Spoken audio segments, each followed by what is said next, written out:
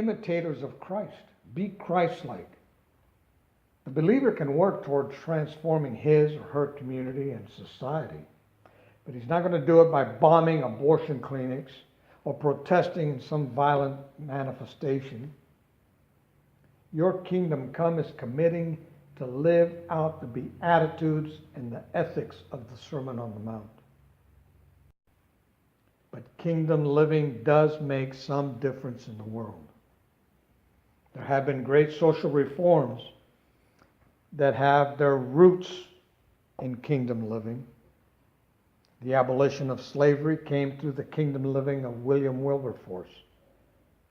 Prison reform by the angel of prisons, the Quaker Elizabeth Fry.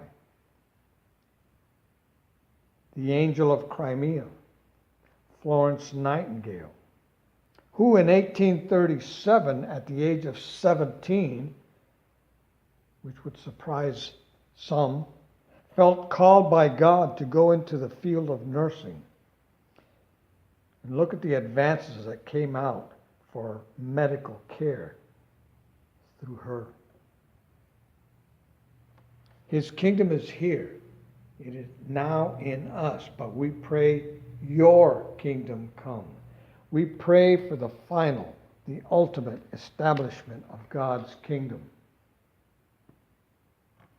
When Jesus returns, and after the 1,000 years, when Satan is finally thrown into the lake of fire, where, surprisingly enough, is going to be the beast and the false prophet, who have already been there for 1,000 years, God will create a new heaven and a new earth. A new Jerusalem will come down from heaven. Revelations 20 and 22. We pray that through us, others will come to know of God's rule, of His salvation. It says that whoever calls on the name of the Lord will be saved. Joel 2:33, Acts 2:21, Romans 10:13. In the famous John 3:16. But how are they going to call on Him who they don't believe in?